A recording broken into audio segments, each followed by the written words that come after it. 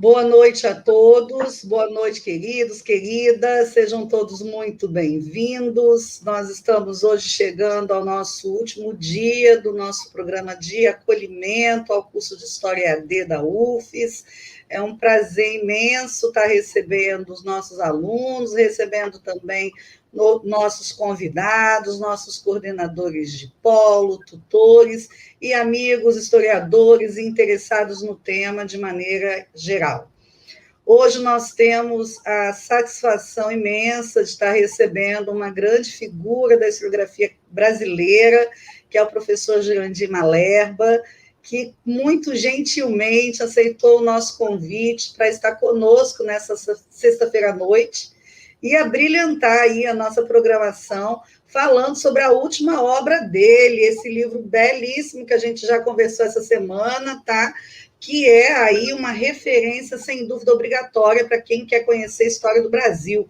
Brasil em Projetos, História dos Sucessos Políticos e Planos de Melhoramento do Reino, da Ilustração Portuguesa à Independência do Brasil, pela Fundação Getúlio Vargas. Essa é a obra de referência para o nosso bate-papo de hoje. Então, de pronto, eu queria saudar o professor Jurandir, que é da Federal do Rio Grande do Sul, e que hoje, tão gentilmente, aceitou estar conosco, é um amigo querido. Seja bem-vindo, viu, Jurandir?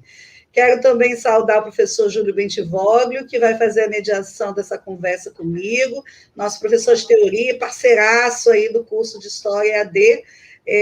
E aí aproveito também para saudar o Ledes, que tem sido parceiro nosso, junto com a Ampul, para a divulgação das pesquisas e dos trabalhos que a gente tem feito, tá?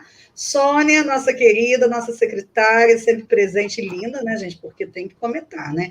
Que tem que estar aqui comigo para a parte burocrática do processo, tá? Aí o time fica equilibrado e aí a gente já pode começar com o pé direito, tá?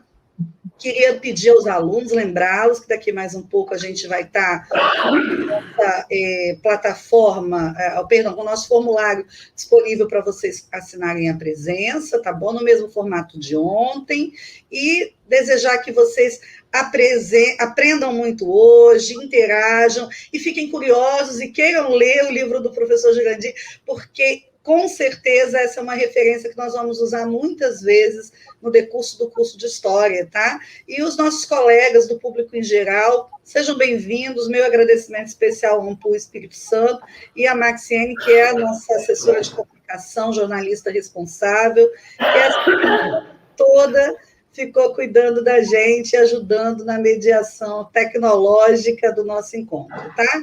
De pronto, Júlio, vou passar para você fazer as honras aí com o professor Jurandir e a gente encaminha para a nossa conversa com o nosso convidado. Tudo bem? Tudo bem, Patrícia, obrigado pelo convite. Boa noite a todas e todos que nos acompanham aí nos polos, aí nas cidades capixabas do interior e aqui na Grande Vitória. É um enorme privilégio poder falar um pouco deste que é um dos grandes nomes da historiografia brasileira, né? Um pesquisador de história do Brasil, mas também de teoria da história. O Jurandir Malerba tem uma trajetória gigantesca, né, Jurandir? Que eu vou tentar sintetizar aqui rapidamente, porque nós estamos nessa noite para ouvi-lo, sobretudo para conhecer um pouco mais desse seu último projeto editorial, que já nasceu coroado de êxito, que é Brasil em Projetos. Então, Jurandir Malerba já foi professor convidado em Oxford, já em Londres, já foi professor da cátedra Sérgio Buarque de Holanda na Universidade de Berlim, já teve em vários países como convidado, palestrante, conferencista, teve um percurso interessantíssimo no nosso último encontro de teoria da história da International Network of Theory of History, não é isso, Jurandir? Tanto lá em Gand, quanto aqui no Espírito Santo, em Vitória, em 2016, que abrilhantou também nosso evento, e é autor de dezenas e dezenas de artigos, mas eu vou destacar aqui os seus livros, porque ele tem uma bibliografia volumosa e importante. Então, em relação à história do Brasil, eu destacaria 2 livros. Independência Brasileira, Novas Dimensões, que é um livro de 2006, também pela editora FGV, e o famoso, né, que virou um best-seller, eu acho, não é, Jurandir? Que é A Corte no Exílio, publicado pela editora Companhia das Letras, né? Ele também tem várias obras publicadas no campo da teoria da história. Aliás, Jurandir Malerba é professor titular de Teoria e Metodologia da História na Universidade Federal do Rio Grande do Sul. E nessa sua produção, nessa lavra de teoria, eu destacaria aí, claro, a coleção Lições de História, volume 1 e volume 2, pela FGV, que são livros primorosos, com textos canônicos da área de teoria, do século XIX, começo do século XX, edições de luxo, em capa dura, são obras que contam com colaboradores também renomados de várias universidades públicas brasileiras, e eu particularmente gosto de Jurandir, que eu vou aqui fechar com ele, que é História e Narrativa, que você também organizou, é uma obra, se não me engano, de 2015 ou 2016, acho que é 2016, e que reúne textos muito atuais, muito vigorosos, em torno de questões que atualmente cercam, não é? Cercam o nosso horizonte de pesquisa, dialogando com o narrativismo, pensando um pouco a questão da filosofia analítica na história, a questão das representações. O Jurandir Malerba também organizou, lá nos anos 90, um livro pela editora Papiro sobre história e representações, não é isso, Jurandir? Que também, durante muito tempo, vem ocupando aqui os nossos cursos de graduação como uma leitura de referência. Eu, pelo menos, trabalho com um ou dois daqueles de capítulos daquele livro com os meus alunos de graduação, com os meus alunos e alunas de graduação. Bom, sem mais delongas, eu passo a palavra para esse meu querido amigo e pesquisador famoso, renomado, importante no campo da teoria e no campo da história do Brasil, que eu tenho o privilégio de conhecer desde meados de 2006. Lembra, Jurandir? Unesp Franca. Você foi professor lá, teve uma trajetória destacada na Universidade Estadual Paulista e depois foi alçar grandes voos no exterior. Boa noite e obrigado por ter aceito o convite nosso aqui de Patrícia Merlo e do nosso curso de História da SEAD UFES. Eu vou ficar de lado, que assim, eu tenho dois monitores, senão me perco um pouco. Mas, assim, o que o Júlio falar, vocês dividem por 10, né? O Júlio é um falastrão, assim, um querido amigo de coração, então ele aumenta muito. Eu fui praticamente enxotado lá da Unesp, mas é brincadeira. Mas eu agradeço muito o convite, é uma honra, assim, trabalhar com vocês da UFES, trabalhar em casa, né? Eu me sinto em casa, eu gosto muito de muitas pessoas muito queridas dessa universidade, e é um privilégio enorme falar com vocês que estão entrando para o curso de História, né, nessa modalidade EAD, que todo mundo hoje em dia está na modalidade EAD, né, queira sim ou queira não, em função dessa pandemia e tudo mais. Espero que todos estejam bem, todos se cuidem e a gente atravesse logo isso para a gente fazer um encontro presencial que é insubstituível, né? A questão da presença, do olho no olho e tal. Mas é um prazer muito grande falar um pouquinho desse livro, O Brasil em Projetos, né? É um livro de uma coleção. Eu vou falar um pouquinho só para apresentar, e depois a gente roda a bola e faz perguntas, e depois, se quiser abrir perguntas para os estudantes, vai ser um prazer responder também. Né? Então, esse livro foi um convite que me foi feito pela professora Marieta de Moraes Ferreira, da coordenadora da editora da Fundação Getúlio Vargas. A gente é parceiro faz anos, né? O Júlio já falou do Independência Brasileira, um livro de 2006, mas depois disso vieram outros, né? Esses livros da teoria da história Como é que chama mesmo, Júlio? Cabecinha tá fraca. Lições de História. Lições de História. Que tem livros que já foi feito assim no final do século XIX, então a cabeça já vai ficando meio complicada. Mas, então esse livro foi uma encomenda da professora Marieta, e ele é o primeiro volume de uma coleção. Eu fiz uma fala há uns 15 dias atrás para os amigos queridos de Campina Grande.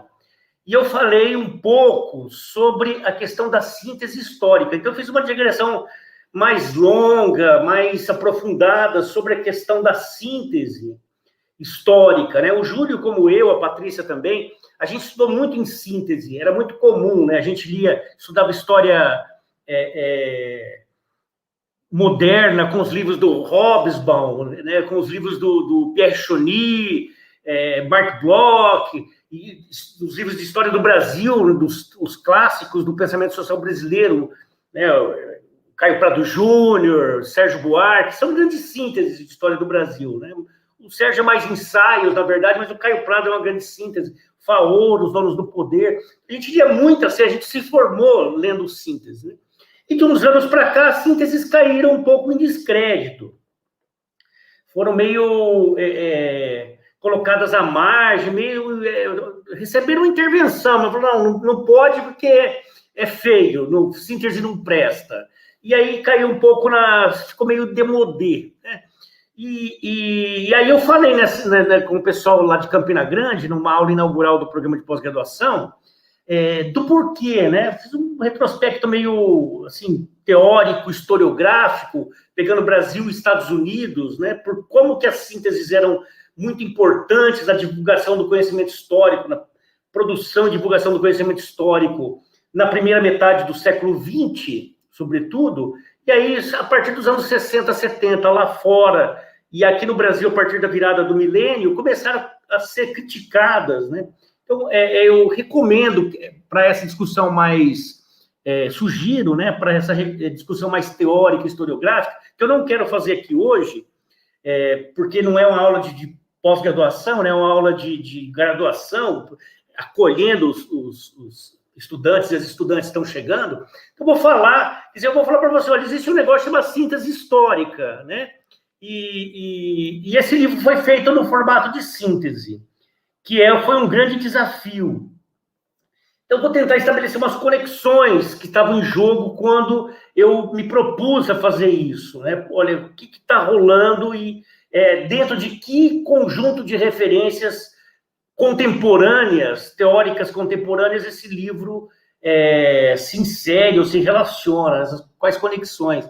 Mas antes de falar do livro, eu queria falar um pouquinho da forma, né? Eu não vou aprofundar como lá eu fiz há 15 dias atrás, depois eu passo o link para o Júlio, para a Patrícia, eles passam para vocês, mas eu queria destacar que ele foi escrito na forma de uma síntese histórica, né? E hoje a síntese está meio fora de moda no Brasil, vista com um pouco de ressalvas, assim. Então, só para sintetizar um pouco as ideias que eu falei lá atrás, né, que eu vou passar para vocês o link, com um certo atraso protocolar, né, das modas que chegam de fora, aqui no Brasil chegam sempre com 20, 30 anos de atraso, né, a interdição, né, o veto à síntese, chegou aqui no Brasil dos Estados Unidos no começo dos anos 2000, principalmente a partir de 2010, nessa virada aí, né? Nessa época rolou aí um lampejo de discussão na historiografia brasileira, alguns autores, o Nicolás, meu colega, o Matheus, lá de Ouro Preto, me lembra o nome, Júlio? Matheus Pereira. Matheus Pereira. Isso, e aí esses caras e mais outros orientando os deles, teve um lampejo de discussão, reiterando, né, endossando o fim das sínteses, de que não é possível escrever sínteses, é complicado e até mesmo é impossível, né, não é legal e pode ser até desonesto escrever sínteses históricas. Eu não vou descer, né, na profundidade desses debates teóricos, nem oferecer o estado da arte dessa discussão aqui hoje, né? Eu só vou provocar um pouquinho, que o Júlio me conhece, sabe que é do meu feitio, né? Provocar e questionar por que desses vetos, dessas interdições, né? E ao contrário dessa voz corrente no Brasil, que condena um pouco a síntese, eu vou defender a síntese histórica. Não só porque eu escrevi uma.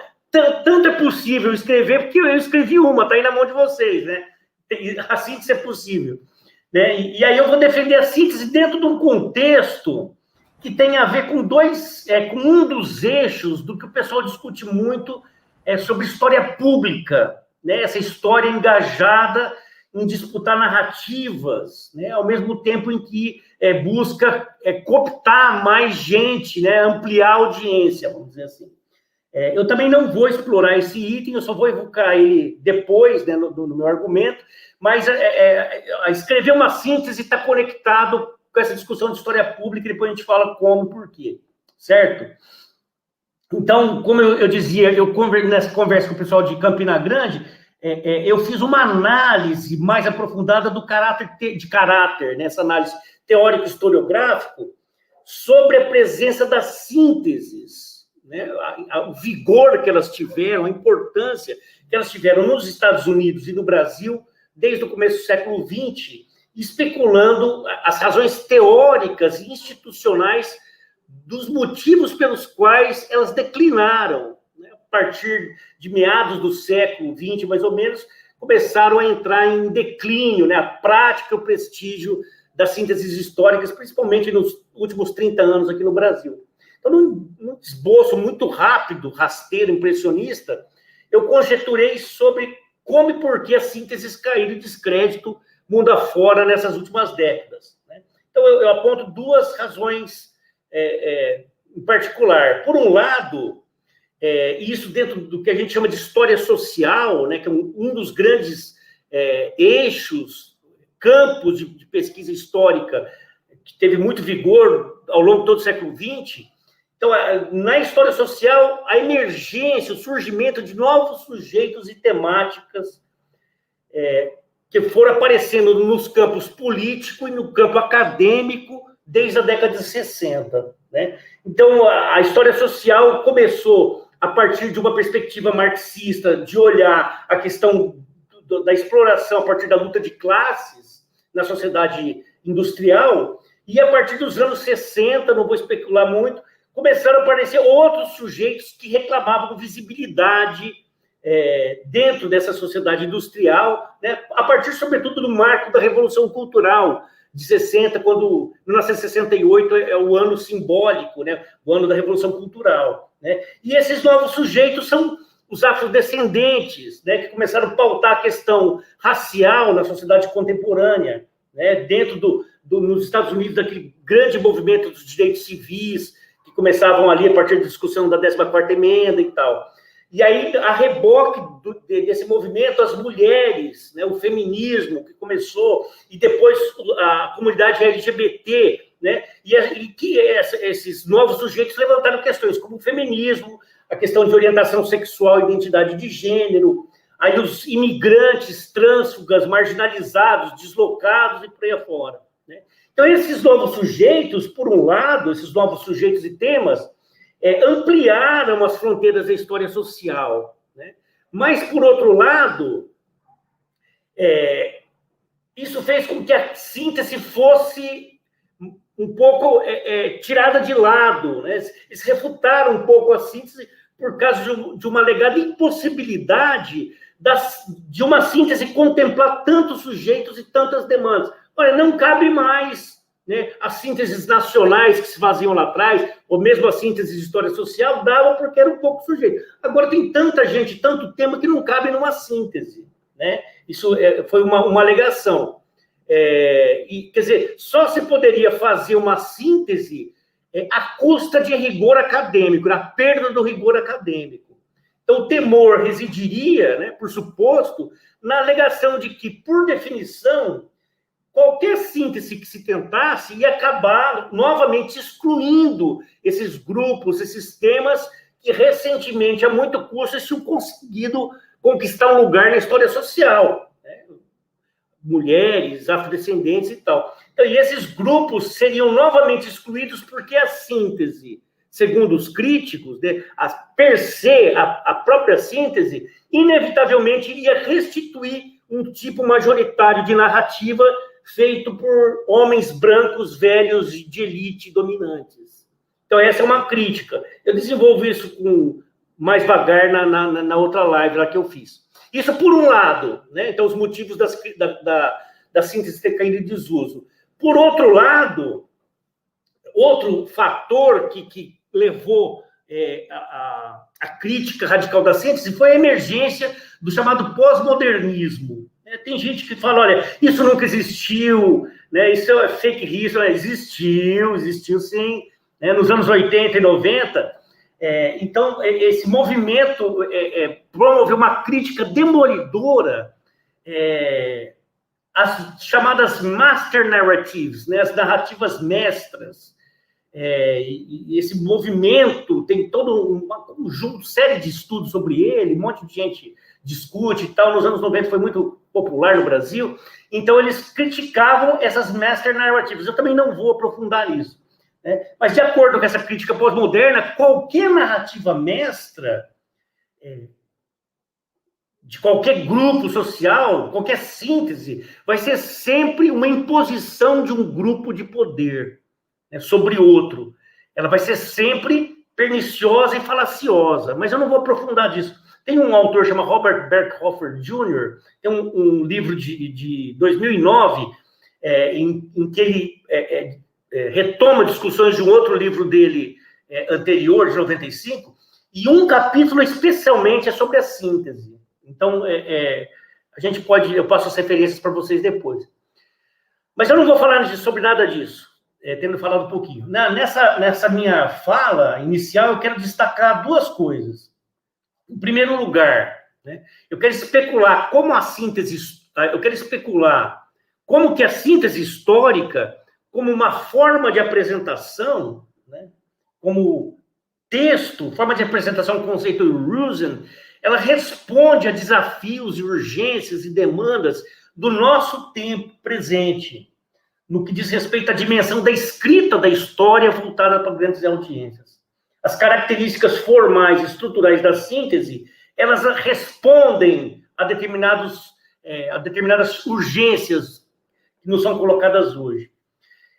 Em seguida, eu quero aprofundar a estrutura do livro Brasil em Projetos, que o pessoal mencionou e apresentou muito gentilmente, e mostrar um pouco do making-of, né, como é que esse livro foi feito, né, quais estratégias que eu usei para a construção formal do texto.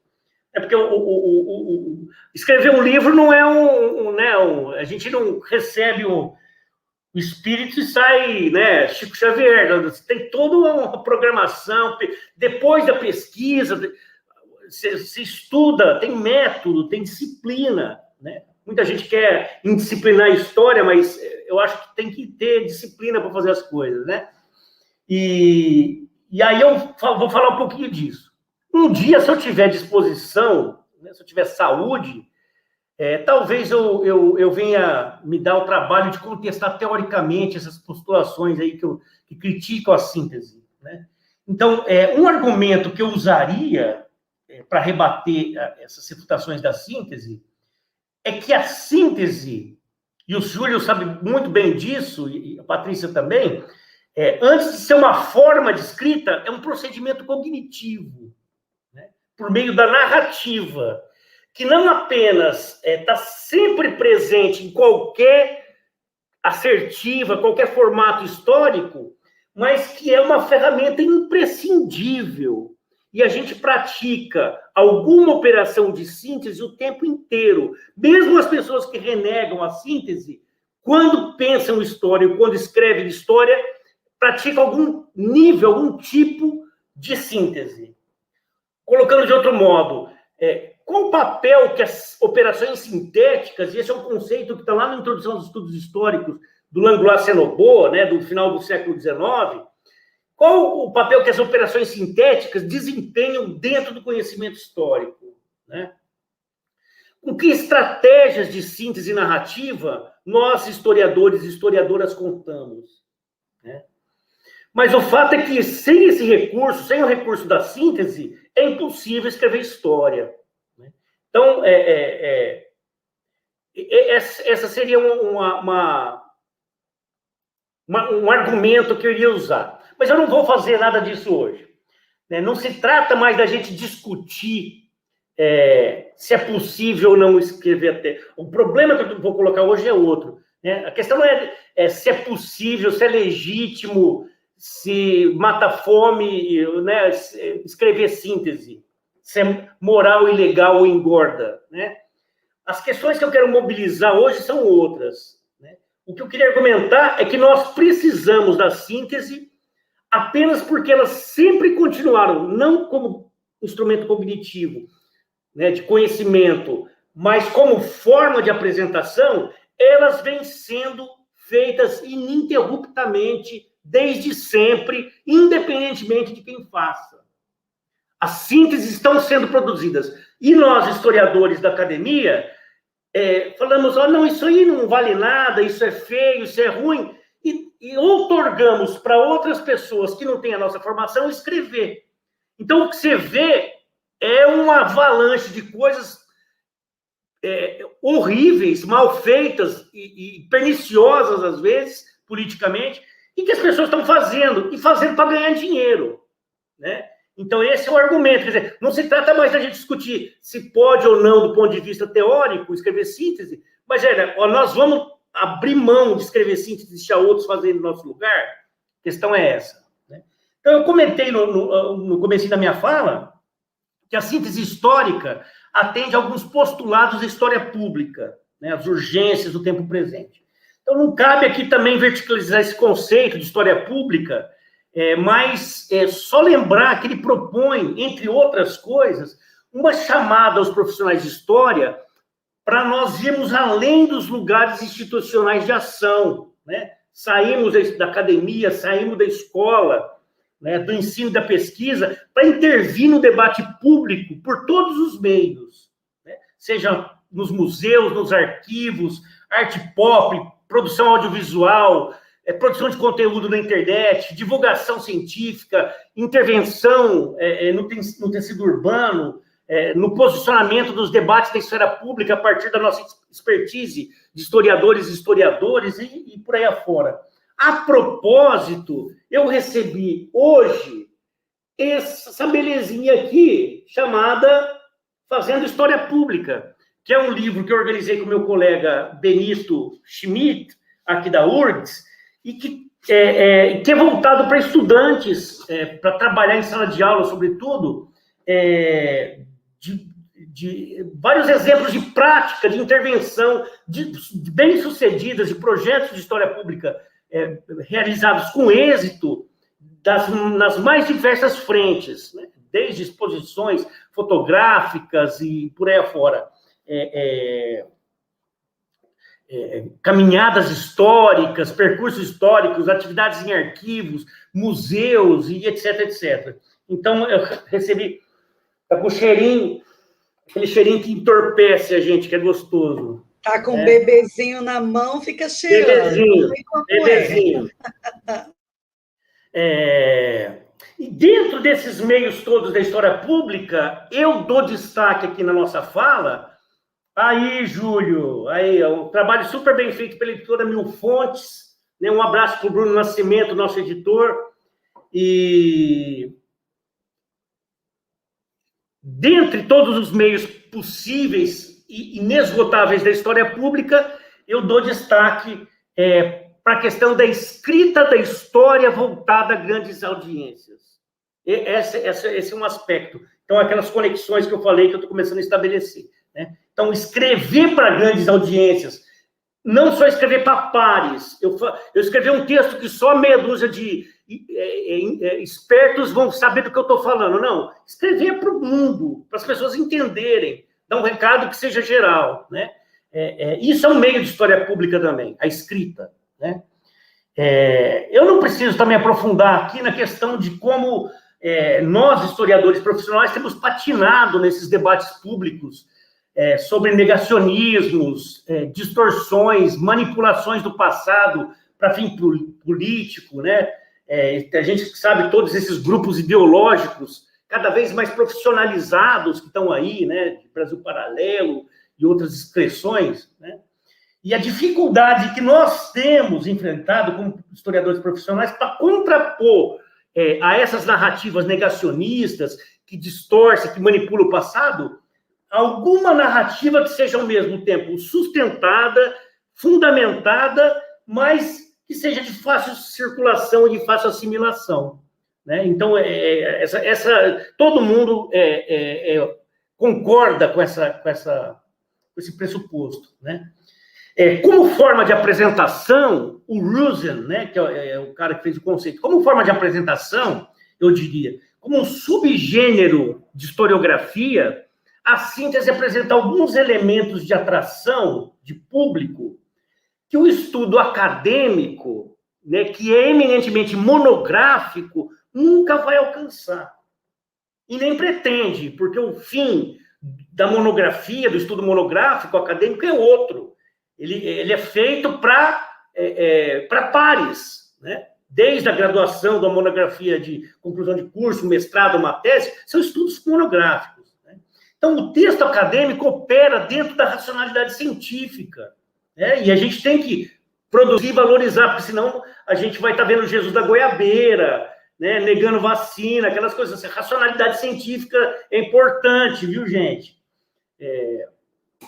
Então, o texto acadêmico opera com essa racionalidade, formulando hipóteses, levantando problemas, colocando esses problemas em perspectiva teórica, né? Propondo métodos, meios para a solução desses problemas. Nós podemos dizer que a nós, historiadores e historiadoras acadêmicos, a gente pode dizer que interessam mais os problemas bem formulados do que as respostas que a gente oferece a eles. As respostas são sempre lacunares e sempre provisórias. Os grandes problemas é que ficam, né? A gente tem filme que mostra uma mente brilhante, né, do aquele cara autista, tinha um problema formulado no século XIV e o cara passou a vida para decifrar aquela fórmula. Era um problema, né? E isso que interessa para a ciência. Então, questões bem formuladas são essas que demoram muito para ser respondidas e que vão gerando muitas respostas. E aí geram debate e fazem avançar o conhecimento, né? Já por um próprio fundamento do conhecimento histórico, as respostas são menos importantes porque transitórias e parciais, né? Mas o leitor comum, o não especialista, não está interessado em boas questões. Não está interessado em problematizar. Ele quer, ao mesmo tempo, um texto que seja ágil, que traga as coisas para ele mais ou menos prontas, bem escrito, que gere alguma fruição, né, que dê algum prazer de leitura, e que seja agradável, envolvente, né, que basicamente apresente as respostas prontas, né, soluções facilmente acessíveis para os problemas que levaram essa pessoa à leitura. Que a gente sempre parte de um problema existencial, né? Por que eu vou estudar corrupção no Brasil colônia? Ou por que eu vou estudar sodomia, não sei aonde? Tem uma motivação existencial que te leva à leitura, né? Então, a gente está sempre preocupado com isso. Ou que levante boas questões, quer dizer, o leitor comum procura um livro que levante boas questões e apresente boas soluções para essas questões. E é justamente isso que a síntese histórica pode oferecer. Quando a síntese é bem feita, ela tende a deixar o menor número de perguntas sem respostas, né? Problemas sem explicação. A questão é você levantar boas perguntas e oferecer boas respostas, né? E não coisas banais como a gente vê nessas narrativas. Olha, por que aconteceu a independência? Porque a Marquesa de Santos soprou no ouvido de Dom Pedro, dando uma trepada com ele, e ele foi lá e fez a independência. Tem isso nessas narrativas que estão rolando por aí, né? Eu levantei mais de 30 sobre o período da independência, né? Então, é isso, você formular questões inteligentes e respondê-las de maneira inteligente. Então, o ponto central que eu quero iluminar aqui na nossa fala é que as sínteses históricas, isso eu já comentei, né? Muitas vezes teoricamente banais, pueris, e muitas vezes ideologicamente perversas, continuam sendo feitas e consumidas à revelia dos historiadores de ofício. Então, feitas por não especialistas, para fins puramente econômicos, né, para ganhar dinheiro, e, não obstante, formando uma cultura histórica que, para nós, é absolutamente questionável, cheio de distorções, rasa, superficial, quando não, ideologicamente condenável, né? E, quando não, também mal elaborada, cheia de vícios de produção, de interpretações e até erros factuais a gente encontra, né? E essas sínteses mal feitas continuam sendo consumidas pelo grande público.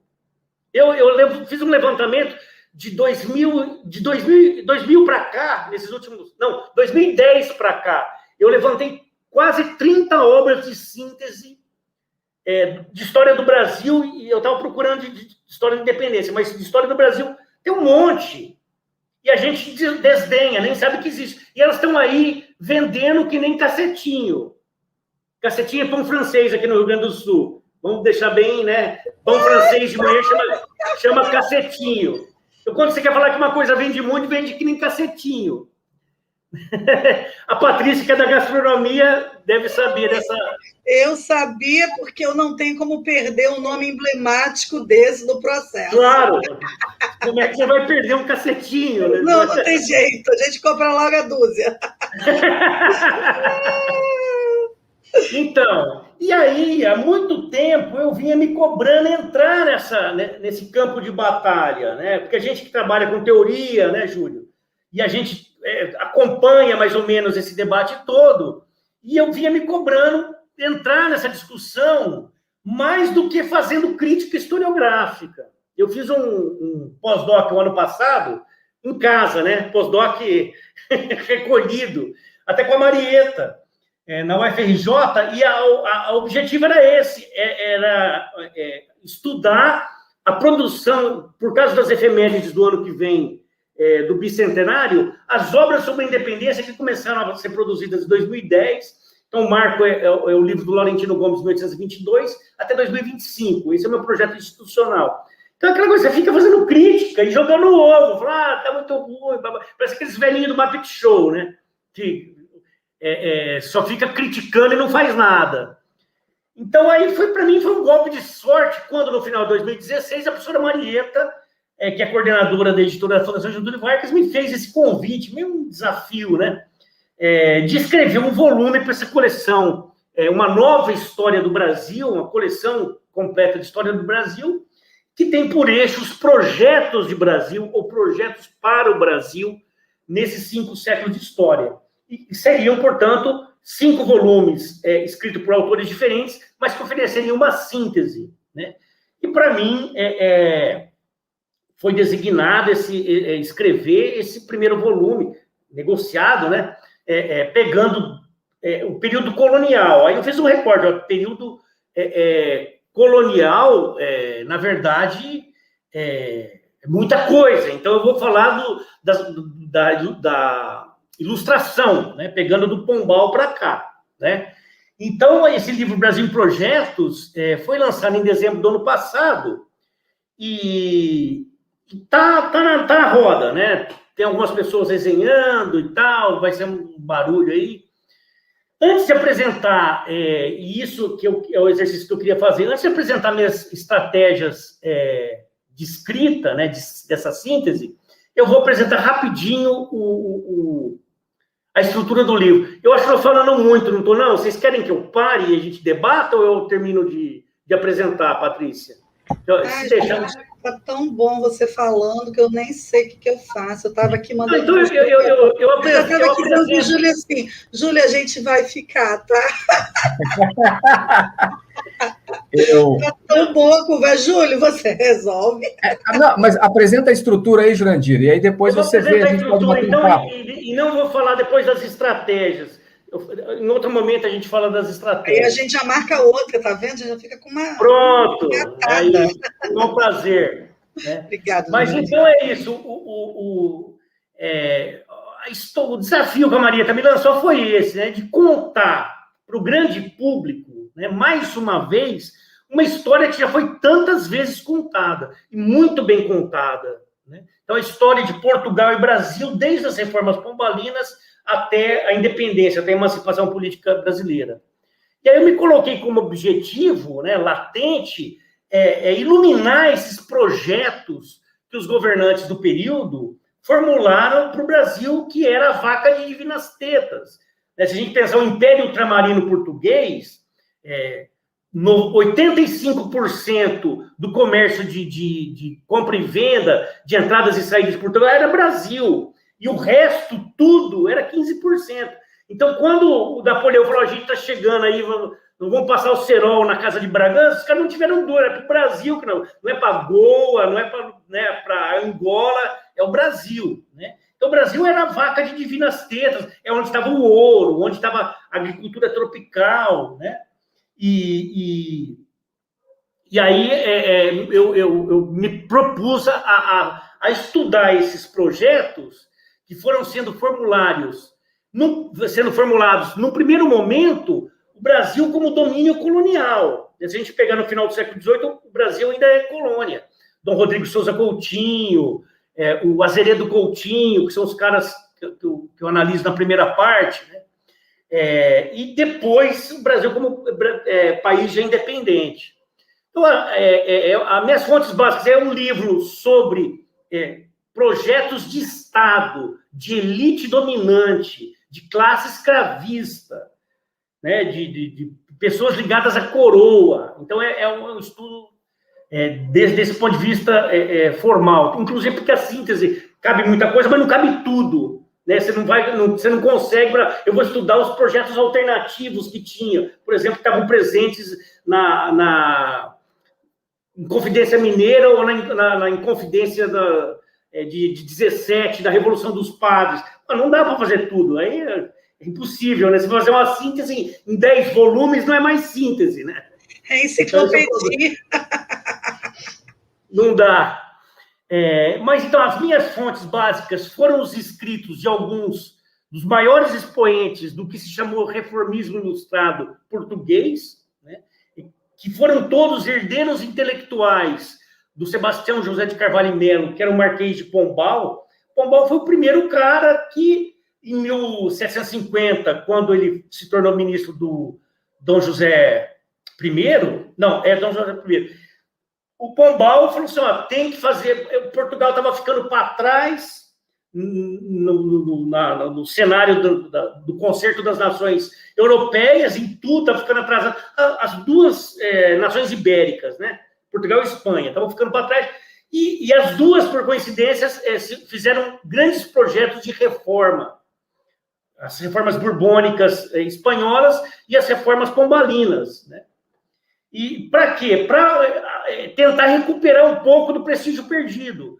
Então, na verdade, essas reformas são racionalizações, projetos que usam as ideias de racionalidade científica que estão rolando na Europa para maximizar a capacidade de exploração do reino sobre a colônia. Como é que a gente explora mais eficazmente e melhor esse território e essas pessoas que estão lá, né? Então, é isso aí. E o Pombal foi o primeiro. Falou assim, olha, por que nós estamos atrasados? Ele fez um diagnóstico. Falou, o problema nosso é a educação. Esses malditos jesuítas que estão aí, mandou passar o cerol aos jesuítas, enxotou os caras e fez uma grande reforma do ensino, né? De todo o ensino português, que teve ecos até no século XX, e sobretudo, da universidade, né? Da Universidade de Coimbra. Então, o Pombal foi esse poderoso primeiro-ministro Dom José que revolucionou expulsando os jesuítas e incorporando as ciências experimentais que estavam surgindo na Europa também. Algumas coisas eram proibidas ainda, porque Portugal sempre foi um atraso, né? Mas não vem ao caso, a gente... Para de ser implicante. Hein? Um monte de coisa já estava lá. Eles botavam o selinho da igreja liberando e estava tudo certo. Pronto, colocou o selinho da liberada. Ele passou a controlar a igreja, ficou fácil, viu? Ficou fácil, esperto ele. Então, esse recuo que eu faço no livro até meados do século XVIII não foi aleatório, né? Então, a ideia de regeneração na monarquia. Os caras queriam isso, regenerar o tempo dourado da monarquia portuguesa, por meio da reformação política do Estado. Isso remonta a Pombal. Os outros que vieram depois beberam nessa fonte. Dom Rodrigo de Souza Coutinho é o continuador, né? O Pombal foi, inclusive, padrinho de batismo dele. E um cara, um grande incentivador. E depois o Bonifácio, então, todos esses caras, por isso que eu retomei até o Pombal, né? Então, as ações dele, nesse sentido da regeneração, né, de prover o reino com núcleos de formação de quadros capacitados, atravessa o período inteiro, né? Então, a visão de mundo dos herdeiros intelectuais do Pombal, o Dom Rodrigo, Azeredo Coutinho, Cairu, o próprio Bonifácio, foi forjada nessas instituições como a Universidade Reformada de Coimbra, o Colégio dos Nobres, que foi criado pelo próprio Pombal, ou a Academia das Ciências de Lisboa, que surgiu nessa época também. Por isso, os horizontes culturais, as formas de sociabilidade e os embates políticos desses personagens foram a matéria-prima da primeira parte do livro. Todos esses caras que eu mencionei, e muitos outros que atravessam o livro também, né, que compuseram o núcleo duro do que o Kenneth Maxwell chamou da geração de 1790. Né? Esses caras se formaram nesse tempo, nessa ambiência mental muito singular da ilustração portuguesa, da qual o Pombal é o grande indutor. Jurandir, e aí eu dividi o livro em 3 partes. E eu já estou terminando, tá? Não, só um minutinho. Você comentou do Kenneth Maxwell, que é uma leitura obrigatória, e eu estava me lembrando aqui de um artigo excelente do professor Zé Murilo de Carvalho, falando da retórica como chave explicativa na formação desses quadros, né? E sim. A formação Coimbran, ela molda, né, essa elite intelectual que passa a pensar essa América portuguesa, né, esse Brasil que está se constituindo. Eu me lembrei do artigo que queria mencionar. Obrigado, Patrícia. O Jurandir também me evoca o clássico lá do Sérgio Adorno, né, Os Aprendizes do Poder, que fala desse adestramento da elite. Mas, enfim, vai lá, meu filho, vai lá. Mas o Sérgio Adorno já é um momento posterior, né? Já é um momento da pós-independência, quando os caras deixam de ir para Coimbra e vão estudar nas faculdades de Direito de São Paulo e do Recife. E aí tem uma linha de continuidade, se a gente for olhar, mas é um momento um pouquinho posterior. Tem um texto também que fala da retórica, muito fantástica, que volta até o Padre Vieira, e essa estrutura, essa chave retórica do Alcir Pécora, da Unicamp, para análise da literatura, que é fantástico também. Mas muito bem lembrado, Patrícia. Então, eu dividi o livro em 3 partes. Na primeira, que eu chamei o Brasil no Império Português. Quer dizer, existe um grande Império Português e o Brasil era uma parte, né? Então, nessa primeira parte, depois de uma rápida perspectiva do contexto das reformas pombalinas, né? E aí dando mais atenção à reforma da Universidade de Coimbra, né? E aí eu trato dos elementos da reestruturação da universidade, a ciência moderna, experimental, utilitarismo emergente está presente ali, né? Depois de tratar disso, eu direciono o foco para a discussão de alguns conceitos, né? Então, o caráter dessa ilustração ibérica. Que porra de ilustração é essa? Desculpa aí, mas eu não podia perder a piada. Mas aí eu contei, falei, vamos discutir o que é o Aufklärung, vamos discutir o que é ilustração, iluminismo. A gente pode falar com propriedade que aquilo que acontecia em Portugal e rebatia no Brasil era ilustração, ou a gente está incorporando conceitos que foram formulados pelos próprios dominantes da época e incorporados pela nossa historiografia, e a gente está incorporando acriticamente esses conceitos.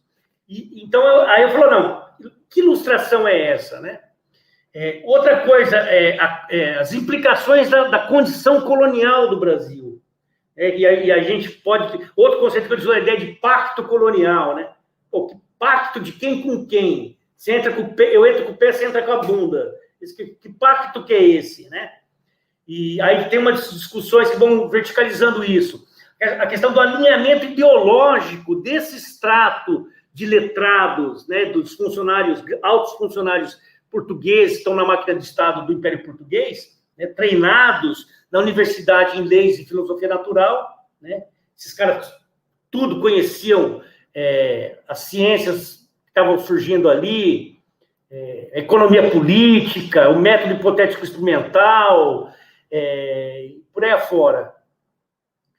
Então, essa massa, esse conjunto de ideias que estava circulando por todo lado e que é apropriado pelos estrangeirados, pelos portugueses que circulam em rede de sociabilidade fora de Portugal, ou estrangeiros que assentam praça em Portugal e que levam essas novas ideias, né? E isso é apropriado de um modo muito tópico e muito funcional, né? Se a gente for lembrar, por exemplo, que a ideia de esclarecimento, de aufklärung, de iluminismo, é a ideia da emancipação do ser humano, da liberdade, onde o ser humano deixa de ser vassalo de qualquer outro, né?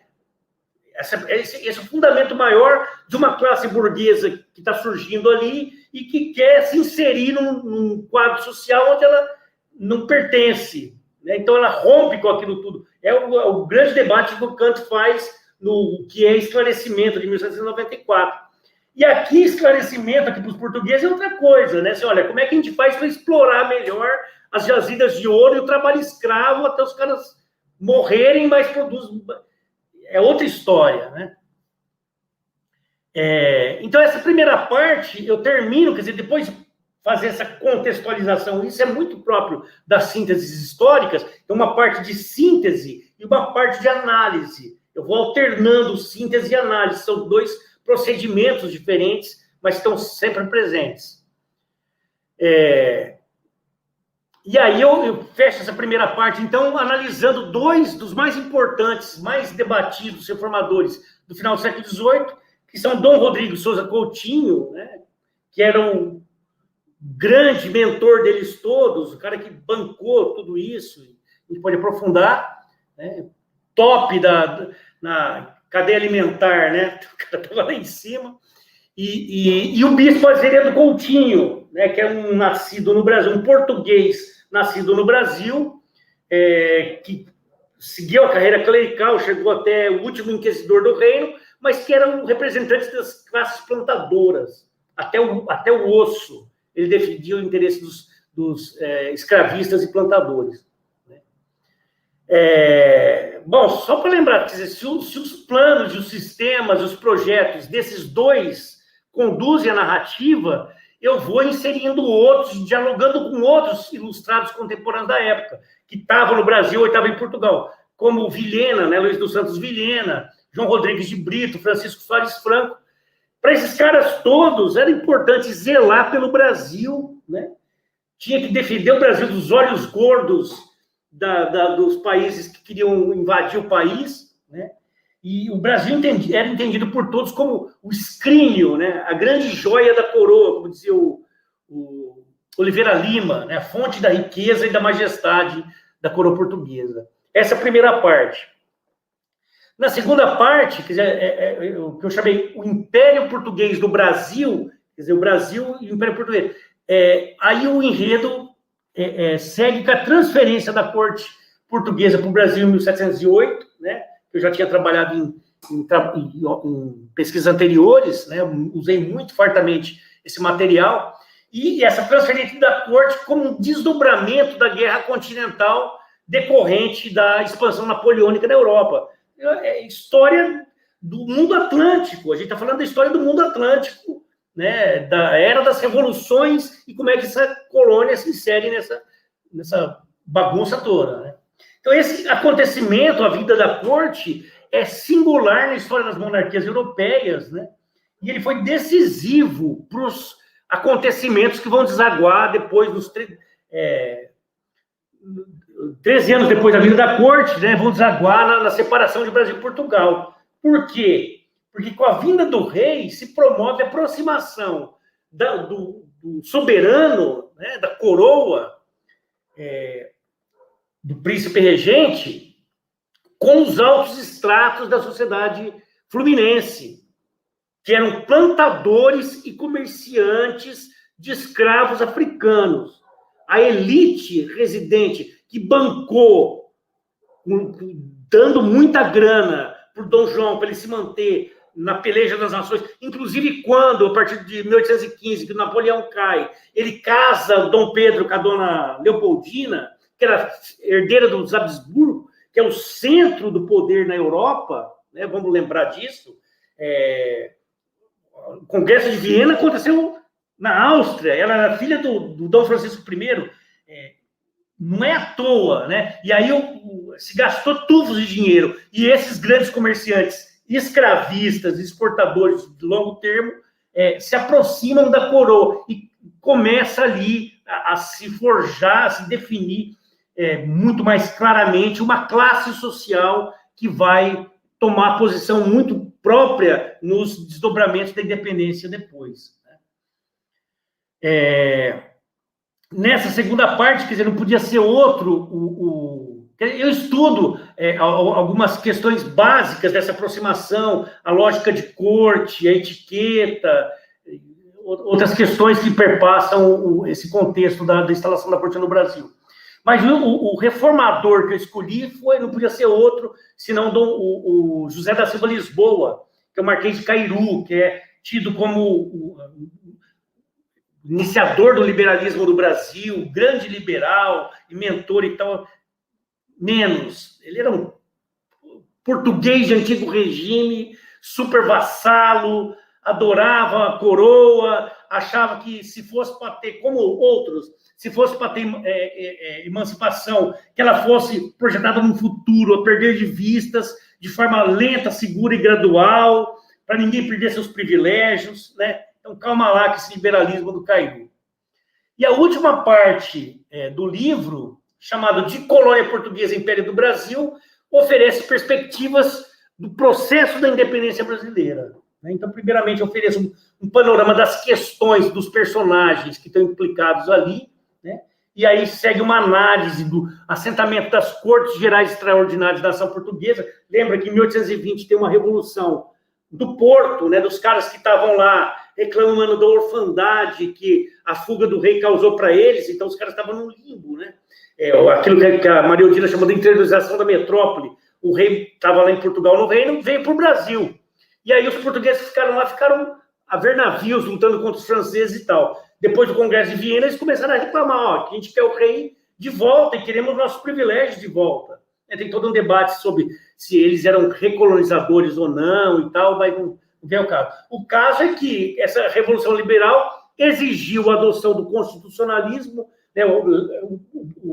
Portugal era uma monarquia de antigo regime, uma monarquia de direito divino, não era uma monarquia constitucional, e eles exigem também a volta do rei. E aí começa a briga, né? Então, os deputados das várias regiões do Brasil, né, não eram deputados brasileiros, porque o Brasil não existia, né, como ente político, nem identidade brasileira não existia. Então, os deputados das várias pátrias, né, da Bahia, de Pernambuco, do Pará, foram para lá representar seus interesses locais, e aí se chegou ao entendimento, por meio do conflito, de que não seria possível qualquer acordo entre esses dois interesses tão opostos. E aí explode a independência.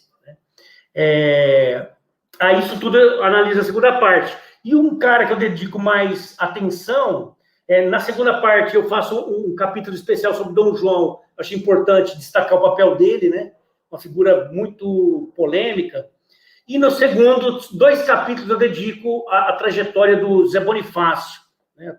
Os planos dele, os ousados planos que ele elaborou para esse país, quer dizer, planos que, na verdade, ele já fazia para Portugal e que depois ele é para a regeneração portuguesa, e quando ele volta em 1819, de Portugal para o Brasil, ele estava lá, lutou contra os franceses e tal, ele chega no Brasil no meio dessa confusão toda e vai ser o arquiteto ali, o cara que vai cooptar o Dom Pedro para a causa brasileira, e aí retoma essas discussões que ele já tinha na cabeça, por exemplo, de fim do tráfico e fim da escravidão, incorporação dos índios na sociedade e várias coisas, e aí ele formula planos para o Brasil. Né? Mas eu não vou falar mais, eu já falei muito, né? Falei 1 hora já, putz, desculpa aí. E outro dia eu falo sobre... É bom, a gente vai, Jurandir. Eu quero dizer para você que eu tenho que assumir que eu estou com grande dificuldade de cortar seu tempo, porque está tão boa a fala, os meninos estão gostando tanto que a gente fica aqui numa situação, mas eu vou ter que pedir para você encerrando, para a gente poder pontuar algumas coisinhas coletivamente. Pode ser, querido? Tem problema? Viu, né, Júlio? Vamos bater bola. Vamos bater uma bolinha, tá? Primeiro, eu queria agradecer ao nosso público presente. O pessoal está participando muito, elogiando muito no chat, falando sobre como está sendo uma aula maravilhosa, quanta coisa que a gente está aprendendo, tá? Obrigado. E eu acho que é fundamental a gente ter oportunidades assim. E é tão bacana, sabe, Jurandir, a gente vê um historiador da sua envergadura ter a simplicidade de uma conversa como essa, entendeu? Porque assim a gente aprende muito mais do que com esses arrobos de erudição que muitas vezes a gente acompanha por aí, que pouco instruem, porque as pessoas sequer conseguem acompanhar o que está sendo dito, viu? Então, muito obrigada pela generosidade nessa exposição tão clara, tão divertida ao mesmo tempo e tão importante, né? Eu agradeço muito aos nossos queridos alunos, aos nossos amigos presentes, enfim, por todos os elogios. A ideia era mesmo fazer uma noite de sexta muito especial e acho que a gente está conseguindo, né?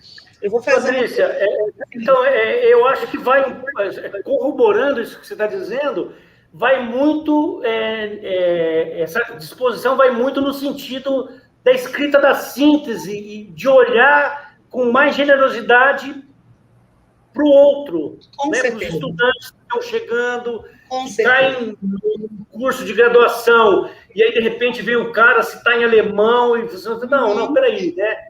E o não especialista. Então, eu acho fundamental, Jurandir, pontuar isso. Era algo que eu ia destacar agora. Os nossos alunos, inclusive, grifaram no chat, e é verdade, durante muito tempo, nós, historiadores, deixamos na mão de não historiadores a produção dessas sínteses, que são fundamentais.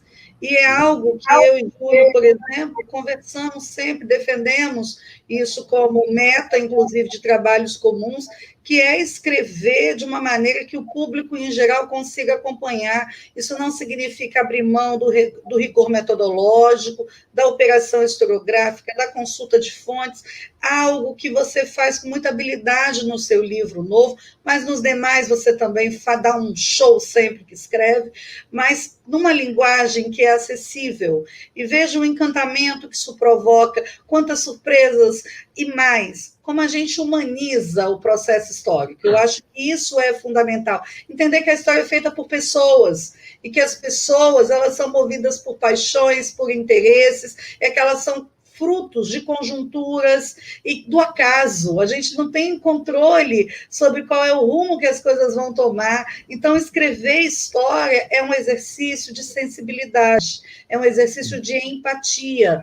E eu acho muito bonito quando a gente vê um historiador gabaritado, como é o seu caso, Jurandir, fazendo isso de uma maneira tão bacana, sabe, tão humanizada. A gente se sente muito acolhido. Eu acho que são leituras assim que fazem a gente se apaixonar pela história cada dia um pouco mais, né?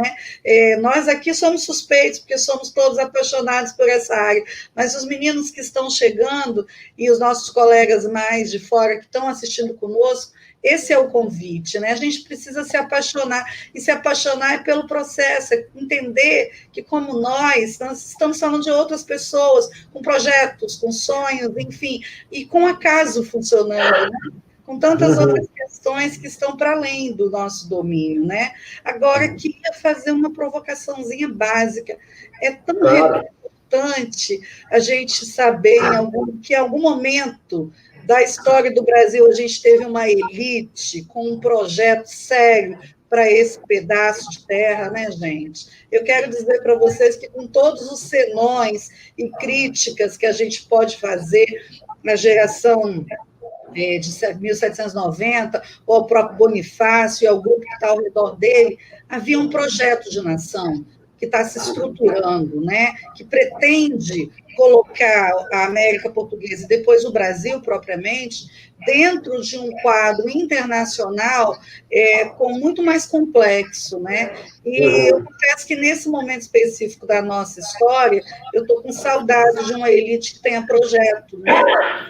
Pensando nesse mergulho no passado, quantas questões se abrem, né? Para a gente pensar, inclusive, qual é a realidade intelectual daqueles que nos representam, né, e de quem formula políticas públicas. Acho que você citou muito bem a importância de um projeto encabeçado pelo Cabral e continuado ali nas gestões seguintes, que vão resultar, na verdade, em uma reformulação, não apenas de Portugal, mas também do Brasil. O império se altera em função de uma elite comprometida com conhecimento científico, com a atualização de práticas, está dialogando com aquilo que é a referência do momento, e não fazendo um retorno ao passado e negando todos esses avanços. Olha quanta coisa a história nos ensina, né, gente? É importante a gente perceber como essas lições entre o passado e o presente, elas estão sempre dialogando. É só uma provocaçãozinha apimentada, tá? Júlio, para você agora, tá? Júlio, deixa eu comentar antes que eu perca, porque foi muito oportuno. Desculpa, Júlio, depois a gente continua. Foi muito oportuna essa observação, por causa de mais uma característica que é do conhecimento histórico, e a gente que estuda isso teoricamente sabe que tudo parte dos problemas, dos anseios, das agonias do presente, por isso que a gente volta ao passado e tal, mas nesse caso específico do livro, o livro, ele dialoga, ele grita com o presente, ele grita, ele reclama, ele fala assim, ó, quase que eu xingo, mas olha, cadê os planos? Né? Então, a gente nunca teve tão carente, a gente olha para a direita. Nós não temos direita, nós temos um bando de débil mental, negacionista, não tem... Que saudade do Mário Henrique Simonsen, saudade do como é que chama aquele do Pasquim, muito fantástico. Não, eu diria o Belchior, o José Saudade do Delfim Neto, Roberto Campos, Neto, eu tô com saudade deles. Né? Nós não temos na direita, e na esquerda está muito complicada, porque os caras se esfacelaram em 1000 frentes, em 1000 projetos, em 1000 demandas. Falta uma síntese na esquerda também. O que a gente vai priorizar? Né? Qual é o plano? Qual é o projeto? Quais são os planos, né? Os projetos, os anseios. E aí, esse livro, quando a Marieta me chamou, 2016, ano do golpe, né? Judiciário que está sendo escancarado hoje, do golpe midiático, judiciário e parlamentar. E aquela agonia. E aí eu escrevi o livro Michel Temer, Uma Ponte para o Futuro, Planos para o Brasil. Né? E aí, depois da eleição de 2018, assim, massacrado. Então, as perguntas todas são perguntas do presente que estão estruturando o livro. Né? Então, é muito pertinente, muito proveitosa a tua questão. Obrigada, Jurandir. Julinho.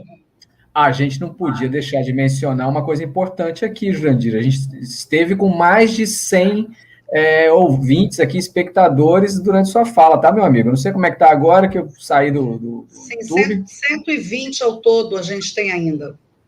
Tá vendo, meu amigo? Muito bacana. Ninguém tá matando aula na sexta-feira, Jurandir. Olha que coisa boa. O legal é que dá para tomar uma cerveja em casa, né? Pois ainda vai dar isso, ainda vai dar tempo disso. Eu não vou mostrar para ninguém porque fica feio, mas minha taça tá aqui do lado. Daqui a pouco. Mas olha só, eu assim, adorei, estou lendo o livro, estou quase terminando a leitura do Brasil em Projetos, achei a proposta extraordinária.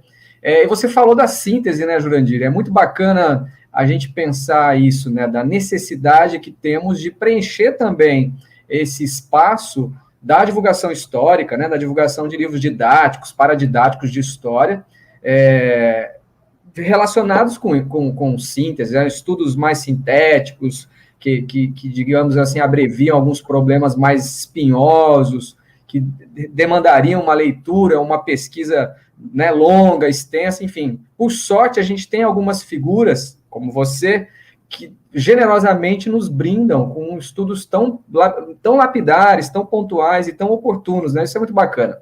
Diz que Patrícia falou, Patrícia. Bota todo mundo aí na tela para eu ver esse pessoal, gente, para ver o Jurandir. Mas diz que Patrícia falou. Eu sei. Esse que Patrícia falou, achei muito bacana, o Jurandir, porque me lembrou que uma das primeiras coisas que eu me toquei do teu livro, da recepção dele, foi o convite do Luiz Nassif para você fazer uma entrevista lá. Ou seja, de cara ficava muito patenteada essa necessidade, essa carência que nós tínhamos, né?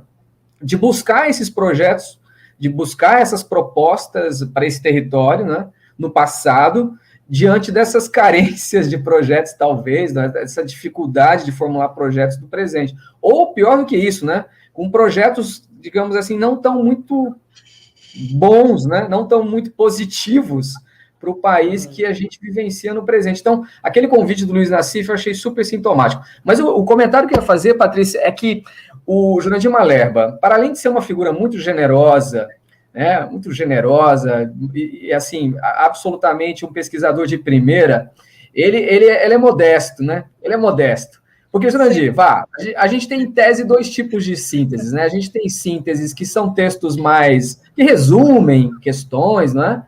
Que fazem um apanhado mais geral, assim, com uma finalidade, podemos dizer, didática ou paradidática, mas a gente tem sínteses que tem uma ambição, que tem isso como um projeto, mas há uma ambição maior, que é fazer perscrutar um pouco a historiografia, reunir um pouco a historiografia. Então, tem sínteses que são com finalidades mais paradidáticas e tem sínteses que têm aí uma preocupação historiográfica.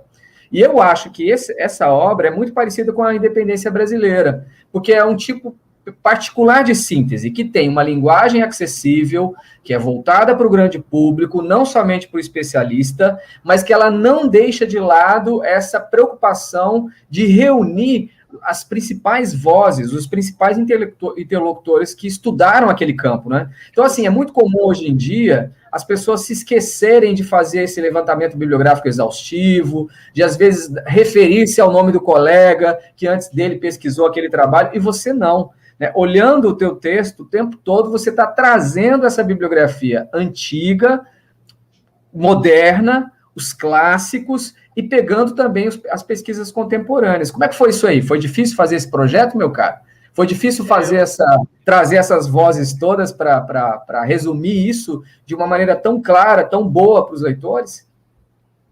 Obrigado, Julinho. Você é sempre suspeito, né? Para falar. Mas esse foi um grande desafio, né, cara? Porque a professora Marieta falou isso. Falou, olha, a gente quer uma síntese, que é um livro de história do Brasil que não seja um livro eminentemente acadêmico, que seja inteligível, acessível, etc., mas que não abra mão daqueles mecanismos de legitimação do conhecimento como a gente tem, por exemplo, nota de rodapé, trabalhar com documento, citação, etc. e tal. Então, equilibrar essas duas coisas é muito difícil. Porque se a gente vai escrever para os pares, você fala assim, não, por que o pós-modernismo? Todo mundo sabe o que é, do que está... Agora, você vai falar para um leigo, você tem que ter atenção. Olha, isso aqui foi um movimento que aconteceu assim, assado, fulano fala bem, Beltrano fala mal, né? Então, e aí eu tive esse cuidado, quer dizer, a síntese... tinha toda uma discussão lá atrás, né? Se a síntese era científica, se era síntese erudita, lá no século XIX, e a síntese é eminentemente narrativa, né?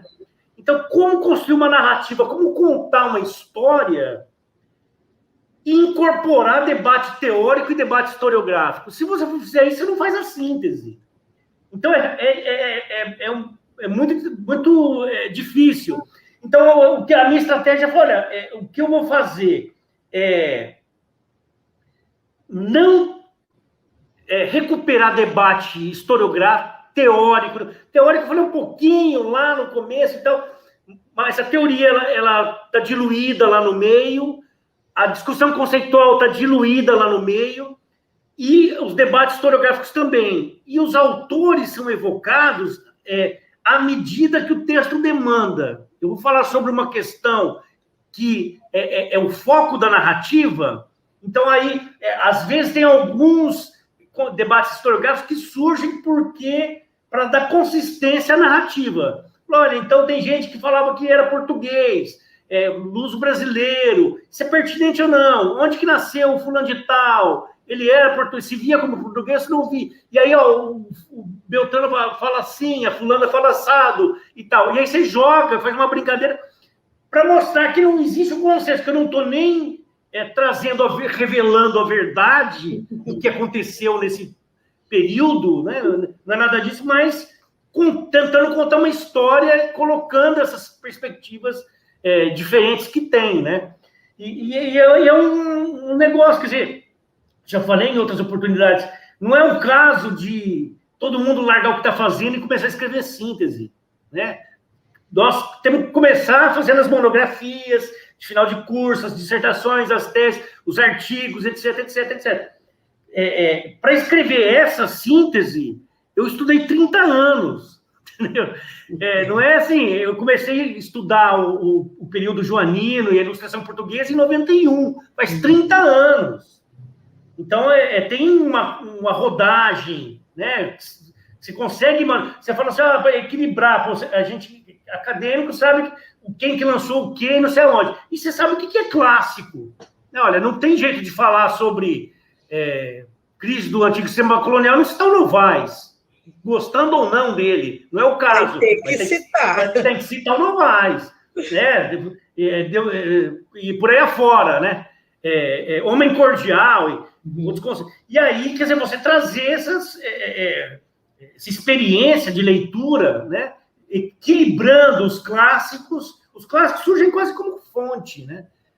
As passagens de Gilberto Freire ou de Sérgio Buarque de Holanda, né, dão um colorido completamente diferente. Mas eu acho que esse ponto difícil, é complicado. Jurandir, é um ponto fundamental. A gente tem que ter estrada.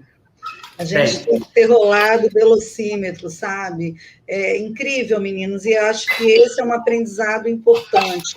Vocês estão começando a acumular esse conhecimento.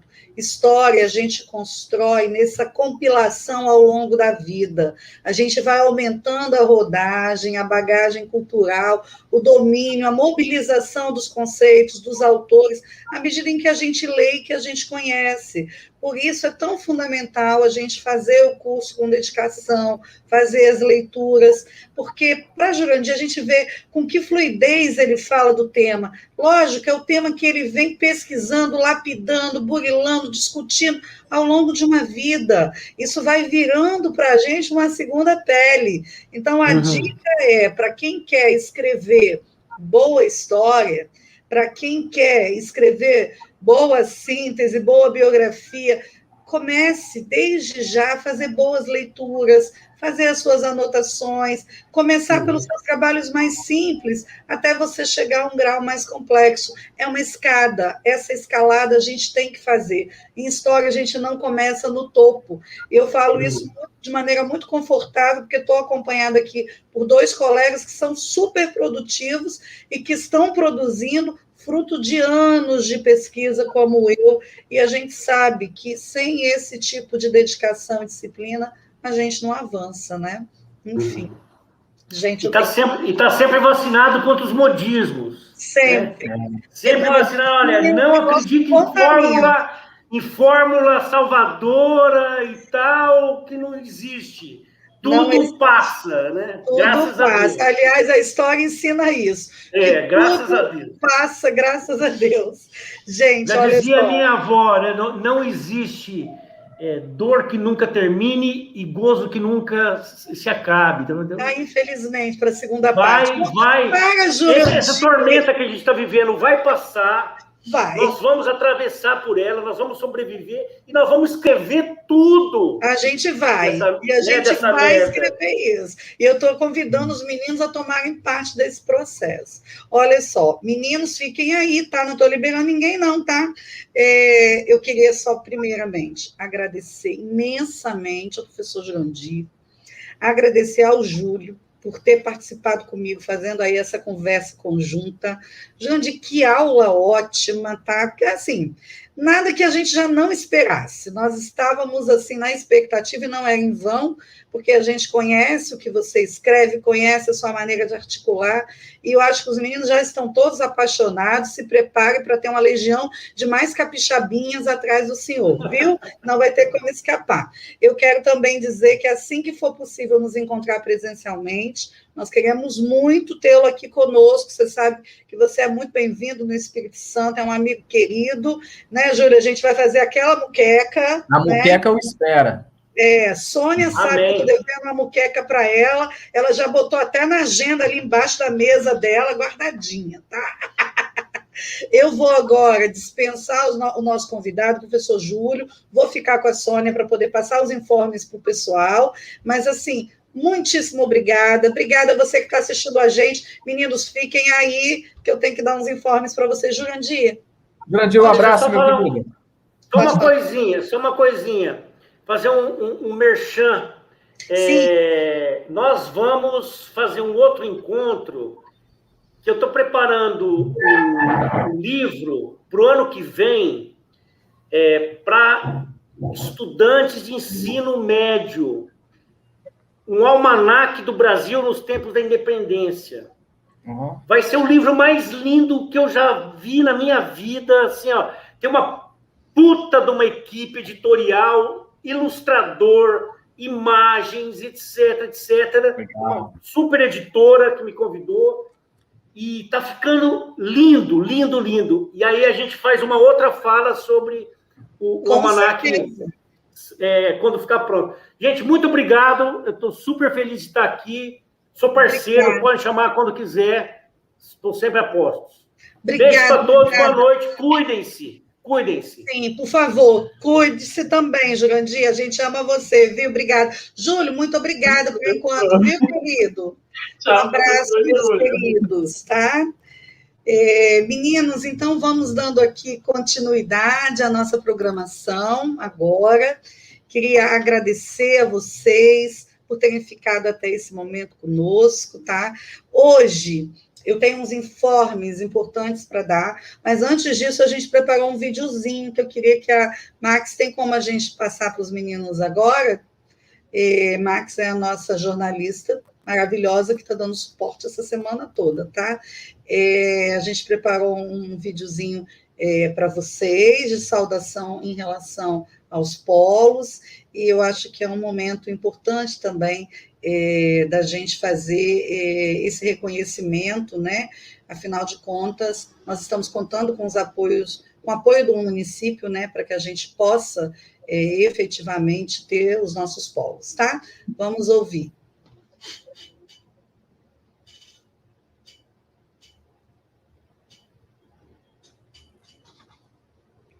Tá sem som, Max?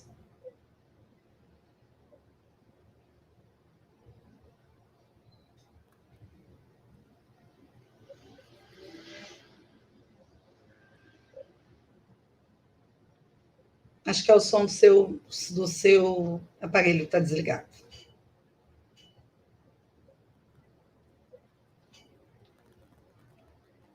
Ainda não veio.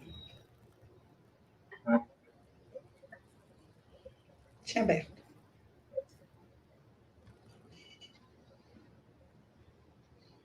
Não conseguimos ouvir ainda. Tá?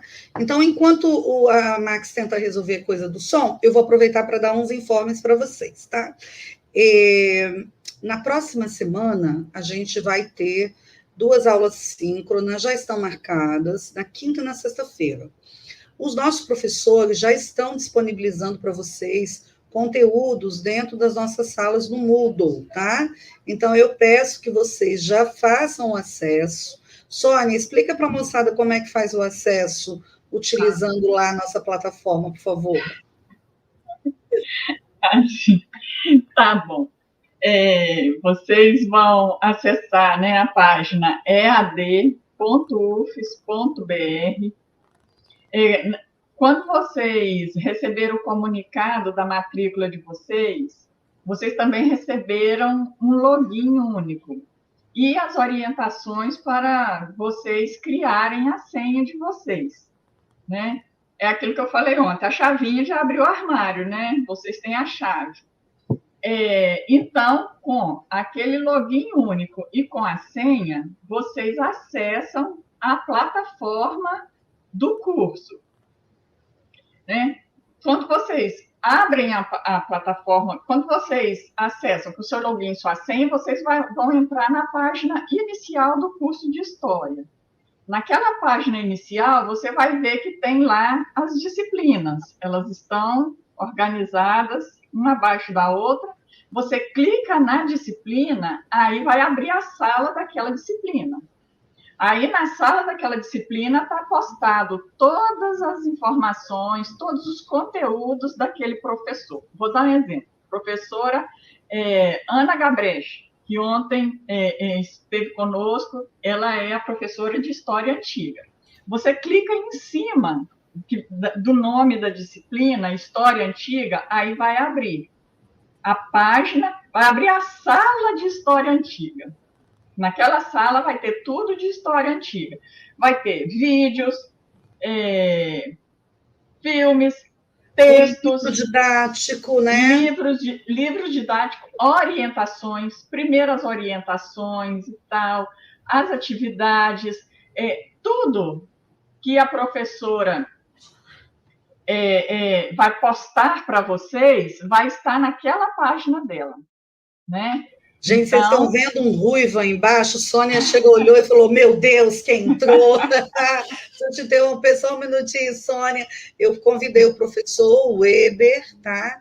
Que é o nosso chefe do Departamento de História. Convidei para ele fazer umas palavrinhas de boas-vindas, afinal de contas, nós somos um curso só, né? Mesmo funcionando aí em formato EAD, eu achei importante a gente convidar o nosso chefe de departamento. Sônia, a gente continua com a nossa orientação daqui a pouquinho, porque o Weber, coitado, está no interior e ele parou para falar com a gente uns minutinhos, tá bem? Gente, Weber, daqui a pouco eu continuo. Então. Por favor, querido. Olá, boa noite a todos e todas. Boa noite a Patrícia, a Sônia.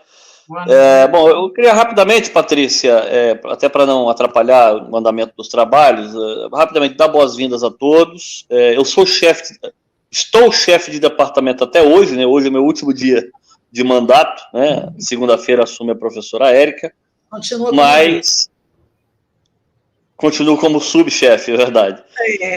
Queria dar as boas-vindas aos nossos estudantes, né? Dizer que são, como a professora Patrícia já muito bem colocou, muito embora não estejam compartilhando o mesmo espaço físico, aliás, até porque agora ninguém está compartilhando espaço físico algum, mas não são alunos presenciais, do curso presencial. São alunos da universidade e, como tal, podem se envolver e se inserir em todas as atividades da universidade, incluindo no curso de História presencial, nos laboratórios de pesquisa, no curso de pós-graduação, depois que se formarem. Então, eu queria desde já dar boas-vindas e dizer que a universidade está com as portas, a universidade física, né, está com as portas abertas, e eu espero que todos tenham uma excelente jornada, né? A universidade, por meio da SEAD, vem desenvolvendo um trabalho extraordinário de difusão do conhecimento por meio dessa ferramenta que é o ensino à distância. Eu sou um entusiasta, embora hajam muitos críticos, eu sou um entusiasta do ensino à distância porque ele consegue chegar onde, às vezes, a universidade não consegue, né? A universidade na sua modalidade convencional. Então, eu dou as boas-vindas e parabenizo também o excepcional trabalho que a SEAD faz à frente dos cursos à distância da universidade. E parabenizo, claro, a nossa coordenadora do curso à distância em História, a professora Patrícia, que vem assumiu recentemente, mas já vem desempenhando um papel extraordinário na condução do nosso curso. Tá bom, Patrícia? Agradeço o espaço, né, e boas-vindas a todos aí.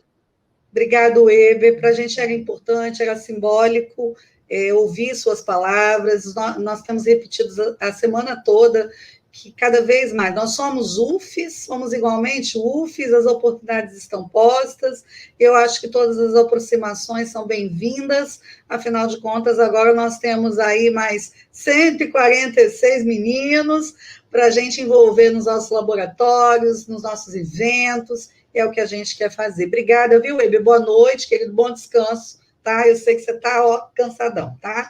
Fica bem. Um grande abraço. Boa noite. Tchau para todos aí.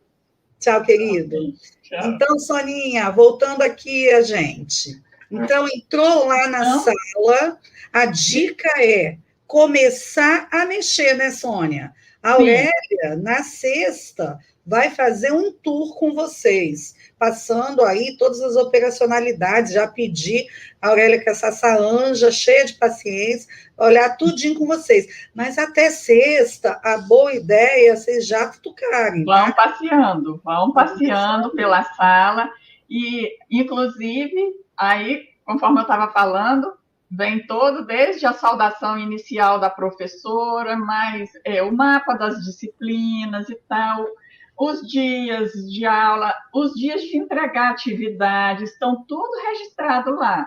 E mais os livros e demais materiais didáticos. Na sala também você vai encontrar 2 espacinhos que são uma sala especial de vocês, que é chamado Fórum de Notícias e Fórum de Solicitações. O Fórum de Notícias normalmente vem informações diversas. O Fórum de Solicitações é o espaço onde você vai poder conversar com o seu professor. O professor apresentou uma aula hoje e tal, e você ficou em dúvida, ou o professor falou de uma atividade e você quer tirar dúvida daquela atividade, ali é o espaço de você conversar com o professor. Lembrando, um minutinho, Sônia, lembrando que todo mundo tem um tutor presencial em cada polo. Então, o tutor já pode te ajudar a resolver questões imediatas. Eles estão preparados, é uma equipe muito bem preparada, de profissionais gabaritados, com experiência.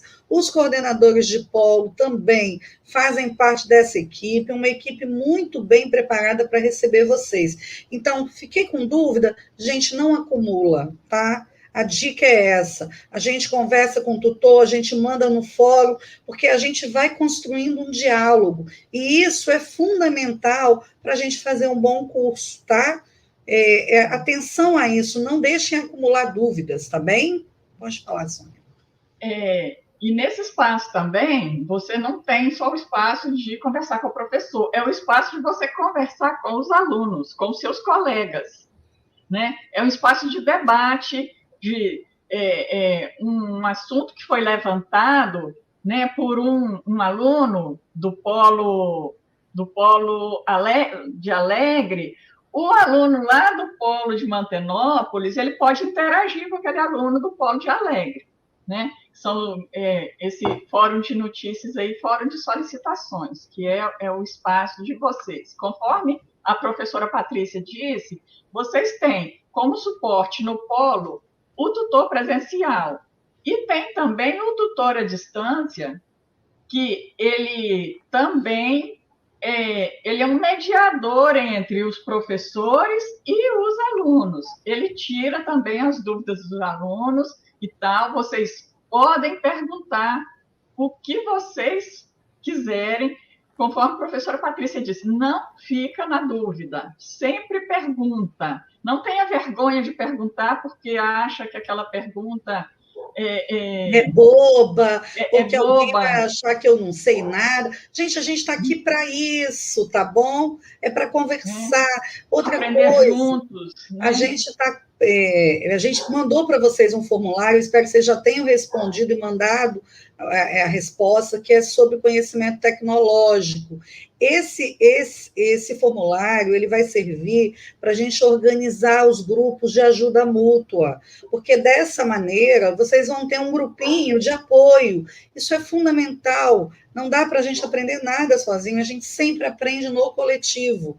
Então, eu peço que quem não respondeu, responda, e assim a gente vai dando suporte para o outro. Não desista do curso da primeira dificuldade, não pare de fazer a disciplina porque você está com dificuldade para entender. Vamos construir pontes para dialogar.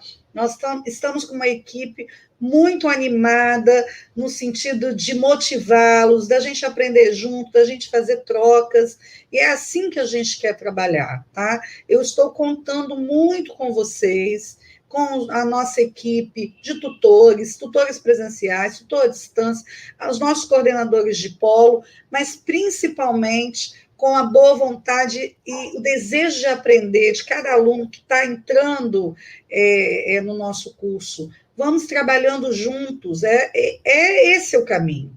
Não tem como pensar o futuro isoladamente, nós existimos enquanto coletivo. E é assim que a gente quer trabalhar, viu? Então, sintam-se, portanto, acolhidos, tá? Sônia, a dica é todo dia entrar uma vezinha, olhar, todo dia entrar, porque já tem material, e se familiarizando. E fazendo você vai ver, a página está bonita, está colorida. Tá tudo lindo. A sala está bonita, colorida. Então, gente, ead.ufs.br, seu login e sua senha. Se você ainda não entrou, seu dever de casa no final de semana é testar o seu login e sua senha e já passear pelo nosso roteiro. Max, vamos tentar ver se a gente consegue colocar o vídeo para a gente poder fechar, então, querida? Boa noite, colegas alunos. Quero dizer a vocês que sou formado. Boa noite, autoridades. Boa noite, colegas alunos. Quero dizer a vocês que sou formado em especialização em gestão pública aqui nesse polo e dizer que é com imensa alegria e satisfação que nós estamos recebendo vocês nesta noite para iniciar o curso de graduação em Biblioteconomia e História. Dizer que o Polo UAB de Alegre vem desenvolvendo um importante papel para o fortalecimento da educação no nosso município e nos municípios vizinhos. Sejam bem-vindos e tenham um excelente curso.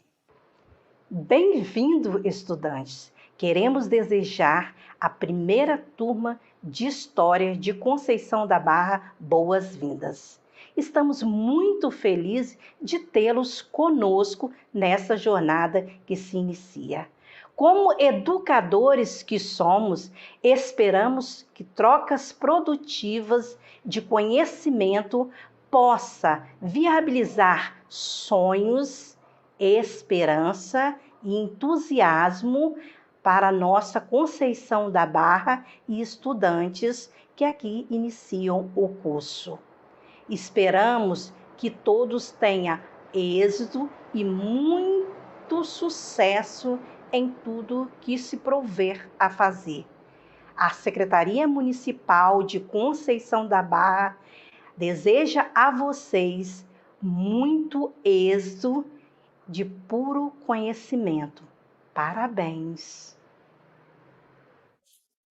Olá! Você que inicia o curso de História ou de Biblioteconomia ofertado pela Universidade Aberta do Brasil, aqui do município de Domingos Martins, em parceria com a Universidade Federal do Espírito Santo. Sejam todos muito bem-vindos. Dizer da nossa alegria e da nossa satisfação, e também que não mediremos esforços de uma forma conjunta para que você possa receber a melhor formação, para que esses cursos contribuam significativamente na sua vida, não só profissional, mas também pessoal. Sejam muito bem-vindos, parabéns e podem contar sempre conosco. Boa noite, pessoal. Sou Hermínio Espanhol, prefeito municipal de Mantenópolis. venho aqui dar os parabéns e as boas-vindas aos nossos alunos que vão fazer os cursos de História e Biblioteconomia. E também dar os parabéns para a nossa equipe, porque uma boa educação depende da equipe. Então, quero aqui deixar meus parabéns a vocês, e é isso mesmo. Vamos aí, cada dia mais, investir na nossa educação, porque só assim podemos ter um futuro melhor, um Brasil melhor, um Estado melhor e um município melhor.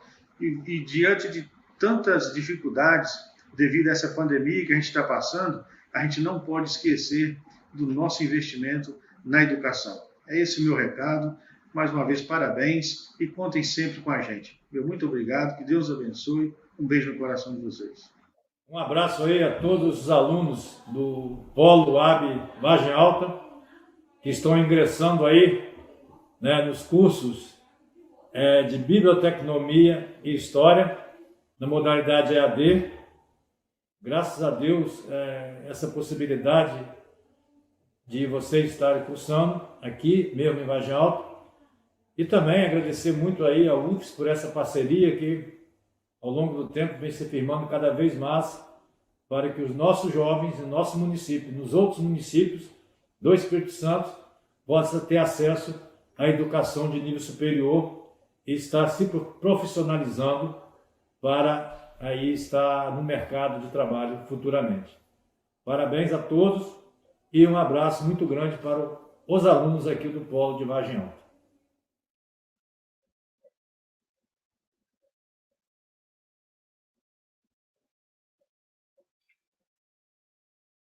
Eu estou falando sem microfone, viu, Sônia? Você achou que era só você? Não é. Bom, gente, eu achei que era importante a gente ter uma fala oficial dos municípios. Afinal de contas, a gente está ofertando o curso de História pela primeira vez nesses 5 municípios, e é muito importante a gente contar com a parceria com as prefeituras, para que a gente tenha polos adequados para receber vocês, tá? Eu agradeço de pronto os municípios que estão nos recebendo e também o apoio que eles têm dado a esse trabalho que a gente está começando. Eu estou muito animada, espero que vocês estejam também, e quero dizer que nós temos muitos desafios pela frente, mas se a gente agir, primeiro, com boa vontade, com serenidade, com diálogo, a gente vai conseguir resolver boa parte desses desafios com muito mais facilidade, tá? Agradeço muito a equipe do curso de História EAD, que abraçou a causa, que participou de todas as atividades essa semana. Agradeço aos coordenadores de polo, aos nossos tutores, e agradeço especialmente aos nossos alunos pela presença, pela participação. Tem sido muito importante para nós ter esse retorno por parte de vocês. Meu agradecimento especial também ao Ampul Espírito Santo e à Maxiene, que é a jornalista responsável pela comunicação. Sem ela, a gente não teria conseguido fazer uma semana tão boa e sem atropelos tecnológicos, né, Sônia? Max nos salvou. Então, eu quero registrar aqui o meu agradecimento especial. Quem não conseguiu assistir a fala inteira do professor Jurandir vai ficar no canal, não deixe de assistir, foi uma belíssima aula, e na próxima semana a gente começa nossas atividades, tá? Quem ainda não conhece a Ampul, por favor, curtam aí, se inscrevam no canal, participem da nossa rede social, e lembre-se, temos também as redes sociais da História EAD. É importante que vocês participem, porque assim a gente consegue fazer trocas de maneira mais eficiente. A gente se estendeu mais hoje do que nos outros dias, mas eu acho que foi por uma boa razão. Eu desejo um ótimo fim de semana a todos. Fiquem em segurança, se cuidem, tá? E a gente começa segunda as nossas aulas, viu? Um beijo grande, boa noite, a gente encerra aqui. Um abraço a todos. Obrigada, viu, Sônia? Um beijo imenso. Obrigada, professora. Segunda-feira estamos de novo. Estamos juntas. Obrigada. Tchau, moçada. Obrigada, Max. Fiquem bem.